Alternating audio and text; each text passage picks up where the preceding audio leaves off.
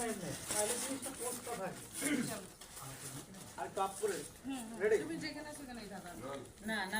আমি এখানে হ্যাঁ হ্যাঁ হ্যাঁ রনি অ্যাকশন ক্ষমা